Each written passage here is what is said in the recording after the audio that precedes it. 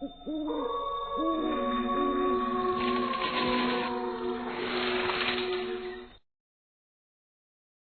Guys, आज हम लेकर आए हैं आपके लिए एक लकी क्विज जिसमें आपको मिल सकता है एक एक्साइटिंग गिफ्ट जीतने का मौका, जिसके लिए आपको सिर्फ इतना करना है कि इस कहानी को ध्यान से देखते हुए हमें ये बताना है कि कहानी में अंधविश्वास शब्द कितनी बार बोला गया है। जो भी सबसे ज्यादा बार इसके आंसर को कमेंट करेगा वही लोग इस लकी क्विज के विजेता होंगे। मनोज और मधु की शादी को बस 2 महीने का समय ही बीता था, लेकिन जब से उनकी शादी हुई थी तब से मनोज पर तो जैसे मनहूसियत के बादल छा गए थे। आंखों के नीचे गहरे काले गड्ढे और दिन पर दिन उसका शरीर बिल्कुल सूखता जा रहा था। अपने सामने उसे अजीब अजीब चीजें दिखाई देने लगी थी। घर वालों ने बहुत से तांत्रिकों से उसका इलाज भी करवाने की कोशिश की, लेकिन कोई भी उसे ठीक करने में कामयाब न हो सका। सीमा बहन, मैंने सुना है तुम्हारे बेटे की हालत और खराब हो गई है। तुम मानो या न मानो, ये सब उस कुलक्षणी तुम्हारी बहू की वजह से हुआ है। जब से उसने घर में कदम रखा है तब से ही मनोज की हालत ऐसे ही हो गई है। मैं तो पहले से ही इसे देखकर समझ गई थी कि इसके अंदर कोई डायन है, लेकिन किसी ने मेरी बात नहीं सुनी और मेरे बेटे का ब्याह करवा दिया इसके साथ। इसका इलाज तो तुझे किसी सिद्ध तांत्रिक से करवाना होगा। मेरी बात मान, ये सब कुछ इन छोटे मोटे तांत्रिकों की बस की बात नहीं है। माँ कामाख्या के धाम के बारे में तो सुना है ना तूने? वहाँ मंदिर के पीछे निरंजन बाबा अपना भवन लगाते हैं। अच्छों के भूत निकलवाए हैं उन्होंने। उनके पास तो इतनी शक्ति है कि मुर्दे इंसान में भी जान डाल दे। तू वहाँ पर जा। सीमा ने इस बारे में अपने बेटे से और बाकी परिवार के लोगों से बात की और सब लोगों ने इस बात पर अपनी हामी जताई। कुछ दिन बाद वो धाम के लिए निकले। धाम पहुंचने तक भी किसी ने मधु को कुछ नहीं बताया। शाम के लगभग 6:30 बजे वो लोग मां कामाख्या के भवन में दाखिल हुए, जहां अनेकों तांत्रिक अपनी साधनाएं कर रहे थे। ये सब क्या है? आपने जानबूझकर मुझे कुछ नहीं बताया ना? इसे पकड़ लो, मुझे अच्छी तरह से पता है ये यहाँ से भागने की कोशिश करेगी। पकड़ो इसे। अरे क्या कर रहे हो? छोड़ो मुझे। गीता ने कहा था कि मंदिर के पीछे की तरफ निरंजन बाबा का भवन है, इसे वहीं लेकर चलो। वो सभी मधु को लेकर मंदिर के पीछे निरंजन बाबा के भवन की तरफ जाते हैं, जहाँ लोगों की भीड़ लगी हुई थी और लोगों के भीतर के प्रेतों को बाबा निकाल रहे थे। मधु जैसी वहाँ पहुंची तो वहाँ से भागने की कोशिश करने लगी। तभी बाबा ने उसके ऊपर कुछ छिड़का और वो बहुत कमजोर पड़ने लगी। वो खुद ब खुद ही नीचे जमीन पर बैठ गई। बोलो, किस लिए आए हो? इसके भीतर से किसी को निकलवाने आए हो? हाँ बाबा, आप तो सब जानते हैं। जब से इस कुलक्षणी के पैर हमारे घर में पड़े हैं, मेरे बेटे की हालत क्या से क्या हो गई है। जानता हूँ, मैं सब जानता हूँ। अच्छा हुआ जो समय रहते इसे यहाँ पर ले आए, वरना सिर्फ तुम्हारे बेटे को ही नहीं, तुम्हें भी धीरे धीरे करके खा जाती है। बैठो। मधु तांत्रिक बाबा के पास बैठकर धीरे धीरे अपनी आंखें झपका रही थी। सब परिवार वालों को भी तांत्रिक बाबा ने वहीं बैठने को कहा और अपने शिष्य को इशारा करके अंदर से जल मंगवाया। ये ले, इसे पी ले। बाबा ने मधु की तरफ वो जल बढ़ाया, लेकिन मधु इस हालत में नहीं थी कि वो उसे पी सके। तुम इसे पिलाओ। इसे पीने के बाद इसके अंदर की डायन छटपटाएगी, तुम पर वार करने की कोशिश करेगी, लेकिन तुम डरना मत, मैं हूं यहाँ। सीमा ने मधु को जल पिलाया। तभी अचानक मधु का पूरा शरीर बुरी तरह कांपने लगा। उसे वो जल पिए हुए बस कुछ क्षण ही बीते होंगे, तभी वो जोर जोर से चिल्लाने लगी।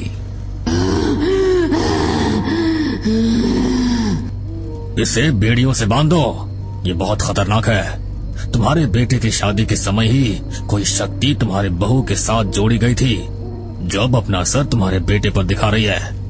लेकिन तुम चिंता मत करो, इसे तो मैं निकाल कर ही रहूंगा। मधु जोर जोर से हिलती हुई चिल्ला रही थी। उसकी आंखें भी अब बिल्कुल लाल हो चुकी थी। उसकी हालत देखकर सब घबराए हुए थे। बाबा के शिष्यों ने बड़ी ही मुश्किल से मधु को बेड़ियों में जकड़ा। मधु के चिल्लाने की आवाज बहुत ज्यादा तेज हो गई थी, लेकिन तांत्रिक बाबा ने मंत्रों का उच्चारण करना शुरू किया। उनके यज्ञ कुंड के पास नरकंकाल, हड्डियां और ढेर सारा तंत्र मंत्र का सामान बिखरा हुआ था। उनके पास एक कटोरे में लाल रंग का कोई तरल पदार्थ था। शायद वो किसी जानवर का रक्त था। उस रक्त को वो बार बार मधु पर छिड़क रहे थे और जैसे उसकी बूंदें मधु पर पड़ रही थी, मधु और जोर जोर से चिल्ला रही थी। तांत्रिक बाबा ने मंत्रों से अभिमंत्रित किया एक चाबुक लिया और मधु को मारते हुए उससे सवाल करने लगे। बोल, क्या नाम है तेरा?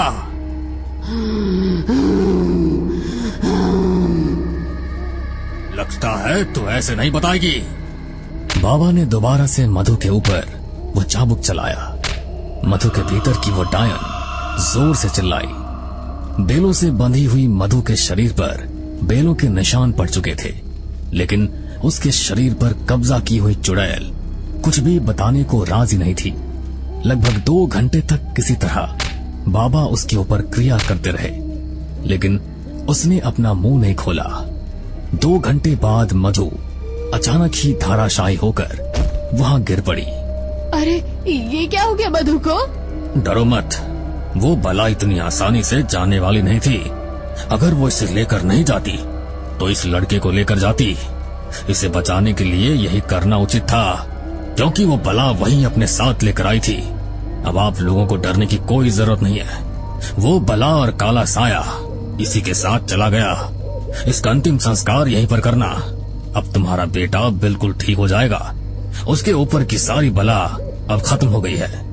मनोज के परिवार के पास पैसों की कोई कमी नहीं थी।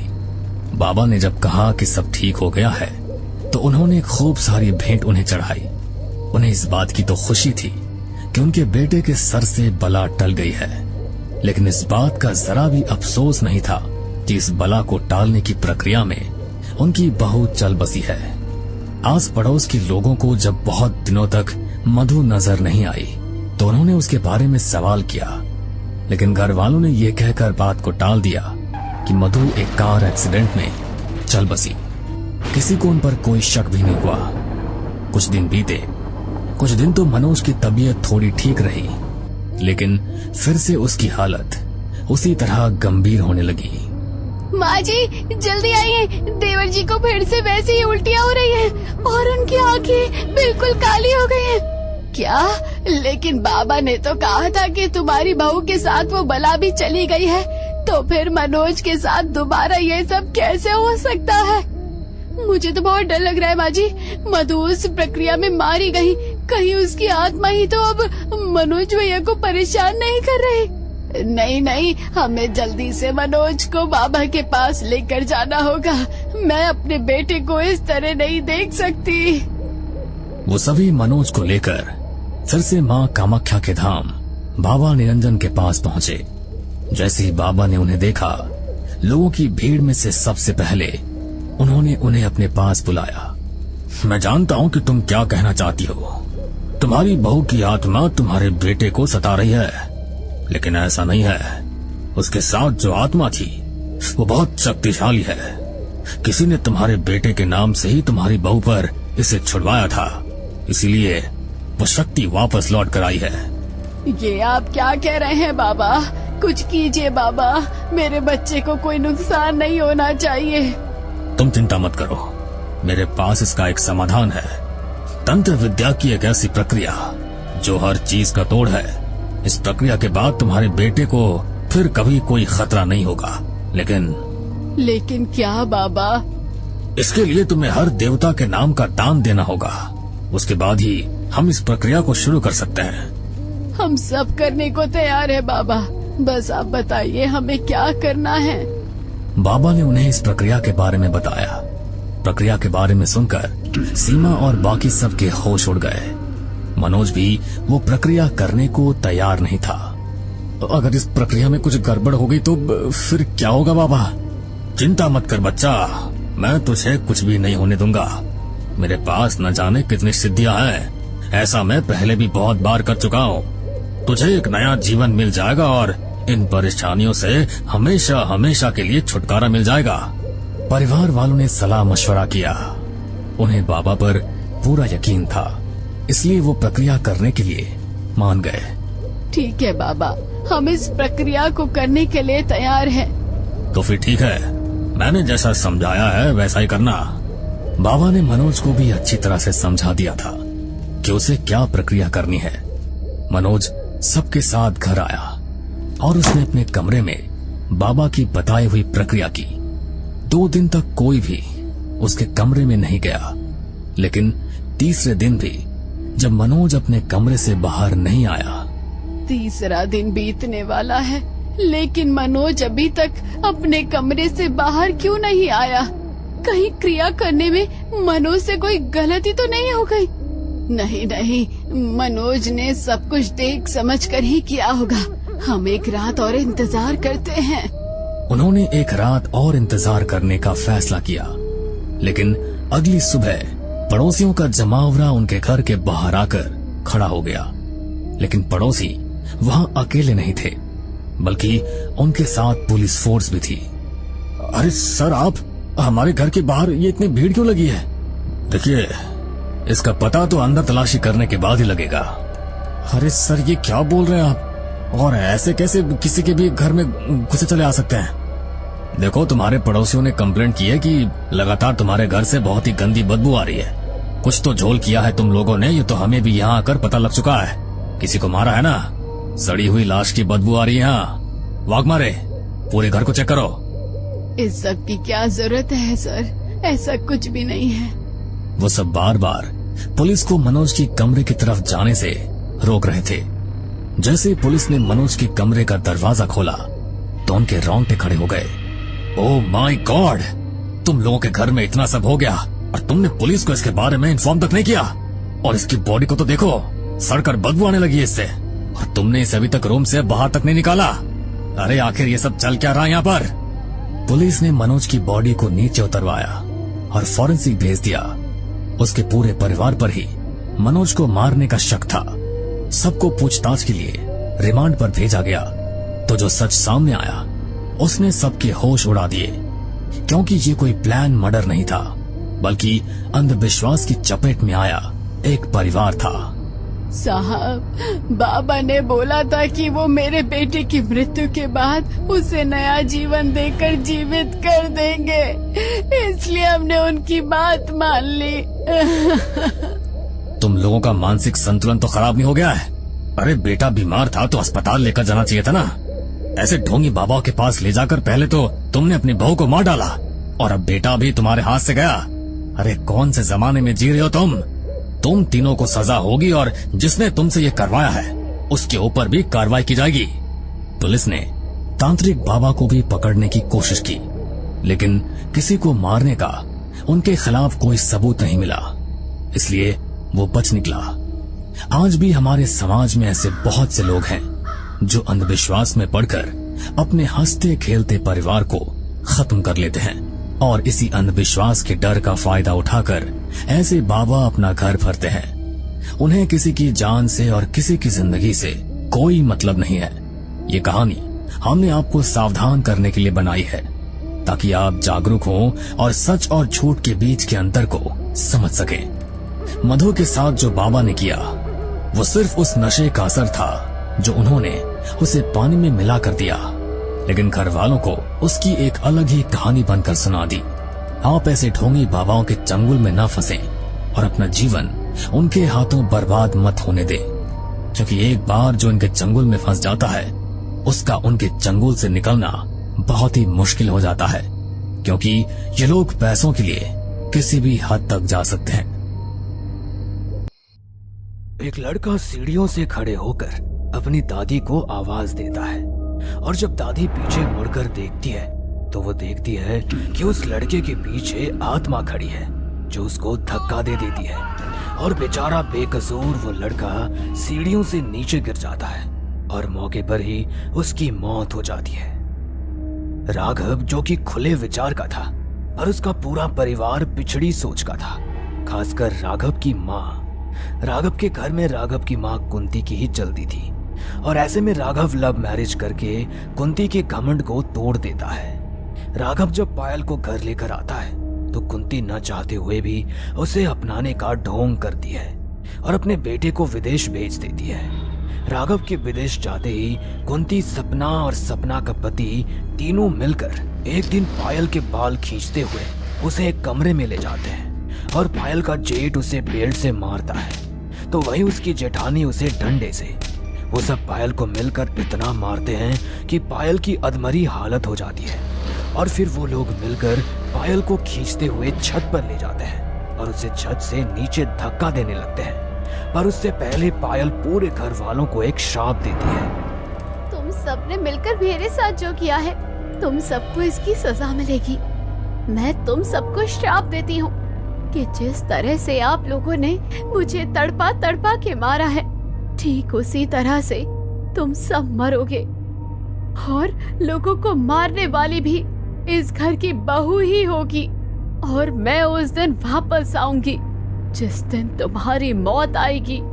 पायल की बात सुनकर पूरा परिवार गुस्से में आकर उसे छत से नीचे फेंक देता है। बड़ी ही चालाकी से रात के अंधेरे में पायल की लाश को ठिकाने लगा देते हैं। अब इसी तरह से 1 महीना बीत जाता है। पर 1 महीने बाद सपना जब अपने कमरे में अकेली सो रही होती है तो उसे महसूस होता है कि किसी ने उसके पैर पकड़कर खींचा है। अब सपना एक झटके में उठकर बैठ जाती है और वो देखती है कि उसके आसपास कोई नहीं है सिवाय अंधेरे के। उसके चेहरे से पसीने टपकने लगते हैं। अब वो बिस्तर से नीचे उतरती है। सपना ने अभी अपना पहला कदम बढ़ाया ही था कि कोई उसका पैर पकड़कर खींच देता है और उसे खींचते हुए कमरे से बाहर ले जाता है। कौन है? छोड़ो मुझे। माँ जी, रवि के पापा, कोई है? बचाओ मुझे। सपना की आवाज सुनकर पूरा परिवार जो बाहर गार्डन में बैठा था वो सभी भागते हुए आते हैं और वो देखते हैं कि सपना नीचे जमीन पर लेटी अपने चेहरे को अपने हाथों से ढककर जोर जोर से चिल्ला रही है। अब कुंती अपनी बहू के मुंह पर पानी की छींटें फेंकती है। मुंह पर पानी गिरते ही सपना उठकर बैठ जाती है और वो अपने पति और सास को सारी बात बताती है। पर कुंती उसकी बात पर विश्वास न करके अपने बेटे से कहती है, देख ले, तेरी बीवी को फिर से दौरे पड़ रहे हैं। मैं कह रही हूँ इसका अच्छे से इलाज करवा ले, वरना ये हम सबको पगला देगी। इतना बोलकर कुंती वहाँ से चली जाती है और सपना अपनी सास को जाते हुए देखती है। पर ये क्या, कुंती के साथ एक परछाई चल रही थी जिसे देखकर सपना की बोलती बंद हो जाती है। कुछ देर बाद सपना का पति उसे कमरे में ले जाता है और उसे आराम करने को कहता है। अब इसी तरह से अगली रात जब सपना का पति काम पर से घर आ रहा होता है तो अचानक से उसकी गाड़ी के सामने एक औरत आ जाती है और गाड़ी से उस औरत का एक्सीडेंट हो जाता है। सपना का पति थोड़ी आगे जाकर गाड़ी रोकता है और गाड़ी से उतरकर उस लाश को देखता है, पर उसे वहां कोई नजर नहीं आता। तभी अचानक खंबे की लाइट बंद हो जाती है और तेज बारिश होने लगती है। ये क्या, बेमौसम बरसात, और वो जो औरत मेरी गाड़ी के सामने आई थी वो कहाँ गई? ये सब मेरे साथ क्या हो रहा है? अब सपना का पति गाड़ी में बैठकर गाड़ी स्टार्ट करता है पर गाड़ी नहीं चलती, जिस वजह से वो बारिश में भीगता हुआ घर की ओर भागता है। वो जैसे ही दरवाजे पर पहुंचता है, दरवाजा अपने आप खुल जाता है और वो देखता है तो उसे ऐसा लगता है जैसे वो अपनी हवेली में नहीं किसी खंडर में आ गया हो। अब वो हवेली के अंदर जाता है तो उसके सर के ऊपर से कुछ चमगादड़ और कौवे उड़कर जाते हैं और सपना का पति आंख बंद करके नीचे बैठ जाता है। तभी वहां सपना आती है। सपना जैसे ही अपनी पति के कंधे पर हाथ रखती है, उसका पति जोर से चिल्लाता है। उसको इस तरह से चिल्लाता देख सपना भी डर जाती है। क्या हुआ आपको? आप इतना डरे क्यों हुए हैं? आपकी इस चीख से मैं भी डर गई। सपना, कुछ ठीक नहीं है। मुझे लगता है पायल का श्राप हमें लग चुका है। हमें इस हवेली को जल्द से जल्द खाली कर देनी चाहिए, वरना हम सब मारे जाएंगे। जो डरावना ख्वाब सपना ने देखा था वही उसके पति के चेहरे पर भी नजर आ रहा था। साथ ही साथ वो डर कुंती के भी चेहरे पर भी था, जिसके बाद अब वो लोग उस हवेली को खाली कर देते हैं। और दूसरे घर में शिफ्ट हो जाते हैं। वो घर ज्यादा बड़ा तो नहीं था, पर उनके परिवार के लिए बेहतर था। अब इसी तरह से समय गुजरता है और देखते ही देखते 25 साल बीत जाते हैं। पर इन 25 साल में कुंती की आर्थिक स्थिति काफी खराब हो जाती है। तो वहीं दूसरी ओर रवि, जो 25 साल पहले 5 साल का था, वो अब 30 साल का हो चुका था। इसलिए कुंती उसके लिए एक ऐसी लड़की ढूंढती है जो अमीर घर से हो, जिससे रवि की शादी करने पर कुंती का फायदा हो। और आखिरकार कुंती को लड़की मिल ही जाती है, जिसका नाम परी था। परी अपने घर वालों की इकलौती बेटी थी। घर की सारी प्रॉपर्टी परी के नाम थी। और जब ये बात कुंती को पता चलती है तो वो बिना कोई देरी करे रवि की शादी परी से करवा देती है।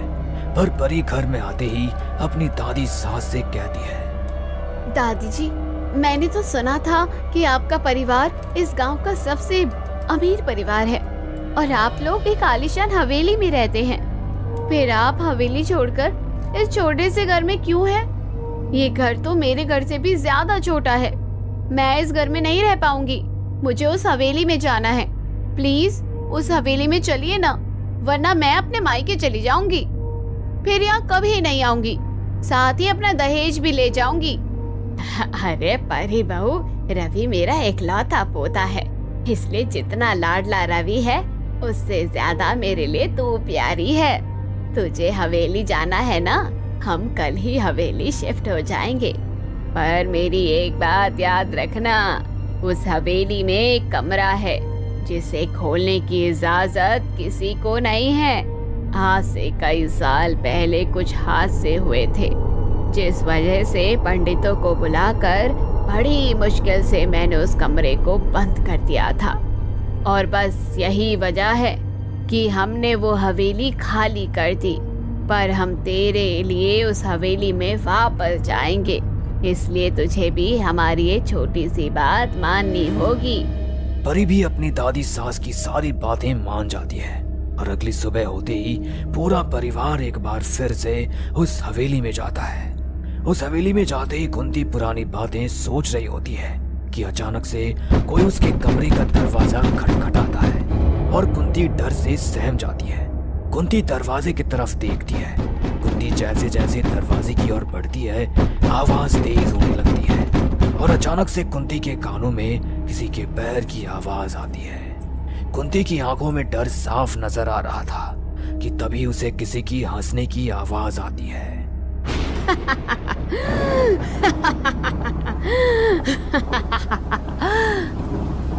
वो आवाज कुंती के कमरे की खिड़की से आ रही थी। अब कुंती दरवाजा ना खोलकर खिड़की की तरफ जाती है और खिड़की से बाहर झांकने लगती है। कुंती खिड़की के बाहर झांक ही रही होती है कि अचानक से खिड़की का दरवाजा बंद हो जाता है और खिड़की के दरवाजे से कुंती के सर पर चोट लग जाती है और कुंती अपना सर पकड़कर खड़ी हो जाती है कि तभी उसे दूर खड़ी पायल दिखाई देती है। पायल को देखकर कुंती की आंखें फटी की फटी रह जाती है और वो जल्दी से दरवाजे की पास भागती है। पर उसकी साड़ी का पल्लू खिड़की में फंस जाता है और उसकी सांसें अटक जाती हैं। अब कुंती डरती हुई पीछे की ओर देखती है। जहां वो देखती है उसकी साड़ी का पल्लू खिड़की में अटका है। अब जल्दी से कुंती अपना पल्लू निकालकर बाहर जाती है, जहां रवि और परी उसके सामने केक लाकर खड़े हैं। हैप्पी बर्थडे दादी जी। दादी जी क्या हुआ, आप इतनी डरी हुई क्यों हैं? आपने कोई भूत देख लिया क्या? नहीं बहू, ऐसा कुछ नहीं है। मैं अकेले ही अपने कमरे की सफाई कर रही थी, इसलिए इतना पसीना आ रहा है। इतना बोलकर परी और रवि कुंती का हाथ पकड़कर उसे नीचे ले जाते हैं। पर अब भी कुंती का सारा ध्यान अपने कमरे पर ही था। कुंती पीछे मुड़कर देखती है और उसे दीवार पर किसी की परछाई नजर आती है। उस परछाई का आकार धीरे धीरे बड़ा होता जा रहा था। कुंती ये बात घर वालों को बताती उससे पहले वहां गांव के कुछ लोग जमा हो जाते हैं, जिस वजह से कुंती किसी को कुछ बता नहीं पाती। और केक कट करने के बाद पूरा परिवार खाना खाकर आराम से अपने अपने कमरे में सोने के लिए चले जाते हैं। कुंती की आंखों में अब तक नींद नहीं थी, तो वहीं दूसरी ओर सपना आराम से सो रही थी। इसी बीच सपना के पति की आंख खुलती है और वो पानी लेने के लिए किचन में जाता है। जहां उसे किसी की हंसने की आवाज आती है।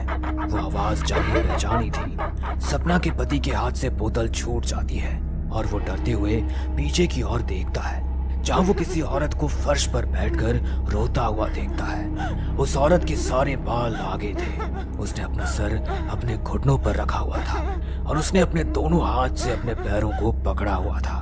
उस औरत को अपने सामने देखकर सपना के पति की सांस थम जाती है और वो हकलाते हुए बोलता है, कौन हो तुम? उसके इतना कहते ही वो औरत अपना सर ऊपर करती है और एक काला धुआं बनकर सपना के पति के कान में घुस जाती है और सपना का पति वहीं जमीन पर गिर जाता है। अब अगली सुबह पूरा परिवार सपना के पति की लाश को पाता है। ये देखकर कुंती समझ चुकी थी कि ये सब क्यों हो रहा है, तो वही सपना अकेले में कुंती से कहती है, माँ जी, आप मानो या ना मानो, उसका श्राप हम पर पड़ चुका है। वो वापस आ गई है। वो हम सबको मार डालेगी।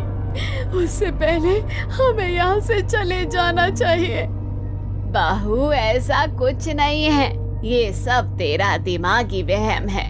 और हम अगर इस हवेली से गए तो रोड पर आ जाएंगे। जानती है ना, हमारे पास कुछ नहीं बचा। सपना बार बार कुंती को समझाने की कोशिश करती है, पर कुंती सपना की एक नहीं सुनती और वहां से चली जाती है। कुंती के वहां से जाते ही कोई सपना के पीछे से उसके बाल खींचता है और उसे घसीटते हुए पायल के कमरे में ले जाता है। पायल के कमरे में आते ही सपना डरी सहमी चारों तरफ देखती है और हाथ जोड़कर माफी मांगने लगती है। मुझे माफ कर दो, मैंने कुछ नहीं किया। मैं लोगों की बात में आ गई थी। सपना को महसूस होता है मानो जैसे कोई उसे डंडे से मार रहा हो। अब सपना खुद को बचाने के लिए कमरे से बाहर भागने की कोशिश करती है, पर कमरे का दरवाजा अपने आप बंद हो जाता है और सपना नीचे गिर जाती है और उसकी नजर बेड के नीचे पड़ती है, जहां वो देखती है कि एक औरत जिसके सारे बाल आगे है वो धीरे धीरे सपना की तरफ बढ़ रही है। जहां वो औरत सपना की तरफ बढ़ रही थी, सपना खुद को बचा पाती उससे पहले ही वो औरत सपना के ऊपर वार कर देती है और सपना जोर से चिल्लाती है। सपना की आवाज सुनकर सब उस कमरे की ओर भागते हैं और देखते हैं कि सपना की भी मौत हो गई। ये सब क्या हो रहा है दादी? दादी, अभी पापा को गुजरे 2 दिन भी नहीं हुए थे और माँ भी चल बसी। आखिर ये मौत कैसे हो रही है? दादी, कहीं आप हमसे कुछ छुपा तो नहीं रही? मैं तुमसे कुछ नहीं छुपा रही। अब मुझे कोई सवाल मत करना, समझे तुम? इतना बोलकर कुंती वहां से जाने लगती है। अब रवि भी कुंती के पीछे जाता है और सीढ़ियों से खड़े होकर अपने दादी को आवाज देता है। और जब कुंती पीछे मुड़कर देखती है, जहाँ वो रवि के पीछे पायल की आत्मा को देखती है, जो रवि को धक्का दे देती है और बेचारा बेकसूर रवि सीढ़ियों से नीचे गिर जाता है और मौके पर ही उसकी मौत हो जाती है। कुंती अपनी आंखों के सामने अपना परिवार की मौत देखती है और वो पूरी तरह से टूट जाती है। कुछ देर बाद पायल की आत्मा कुंती के एकदम पास आती है और उसके पैर तोड़ देती है, जिस वजह से कुंती अपाहिज हो जाती है। तभी वहां परी आती है और अपनी दादी सास को सहारा देकर उसे चेयर पर बिठाती है और उसके सामने बैठ जाती है। कुंती अब परी को नहीं खोना चाहती थी, इसीलिए वो परी को भाग जाने के लिए कहती है। परी बहू, तू यहाँ से अपनी जान बचाकर भाग जा। उसने सबको मार दिया, वो तुझे भी मार देगी। दादी जी, कुछ नहीं होगा, वो मुझे कुछ नहीं कर सकती, क्योंकि मेरी बुआ यहाँ मुझसे बदला लेने नहीं बल्कि आप लोगों से लेने आई है। उन्होंने आपके परिवार को खत्म कर दिया। ठीक उसी तरह अब वो आपको भी मार देगी, जैसे आपने उन्हें मारा था। परी की ये बात सुनकर कुंती के रोंगटे खड़े हो जाते हैं और कुंती समझ जाती है कि परी कोई और नहीं बल्कि पायल की वही भतीजी है जिसकी शादी राघव अपने भतीजे रवि से करवाना चाहता था। पायल कुंती को भी वही दर्दनाक मौत देती है जो उसने पायल को दी थी। हमें पूरा यकीन है दोस्तों कि आप लोगों को ये कहानी जरूर पसंद आई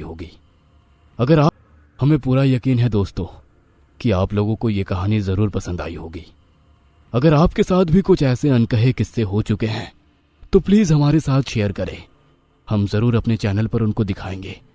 हमारी ईमेल आईडी नीचे डिस्क्रिप्शन बॉक्स में दी गई है, तो प्लीज़ हमारे वीडियो और चैनल को शेयर एंड सब्सक्राइब करें।